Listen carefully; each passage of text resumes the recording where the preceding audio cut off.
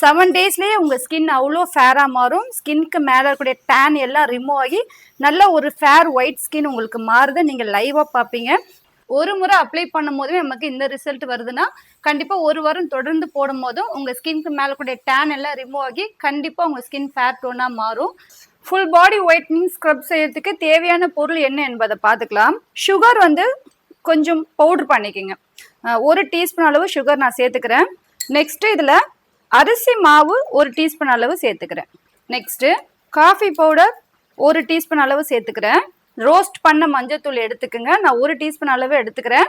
1 teaspoon அளவு honey சேர்த்துக்கலாம். So next வந்து பியூர் கோகனட் ஆயில் ஒரு 1/2 டீஸ்பூன் அளவு சேர்த்துக்கோங்க. நெக்ஸ்ட்டு பாடி வாஷ் ஆட் பண்ணிக்கலாம். உங்ககிட்ட பாடி வாஷ் இல்லைன்னா நீங்கள் ஷாம்பு கூட எடுத்துக்கலாம். மைல்டு ஷாம்பு, ஒயிட் கலரில் இருக்கக்கூடிய ஷாம்பு நீங்கள் எடுத்துக்கலாம். ஸோ இதெல்லாம் நல்லா மிக்ஸ் பண்ணிவிட்டு நீங்கள் ஸ்டோர் பண்ணி வச்சுக்கலாம்.